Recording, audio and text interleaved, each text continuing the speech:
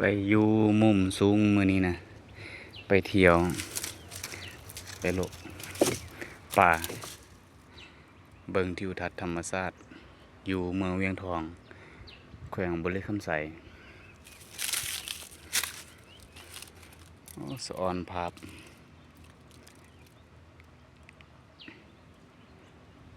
ป่าดงใหญ่ขึ้นผามื้อนี้ผาบังสูงขึ้นแต่เช้าพุ่น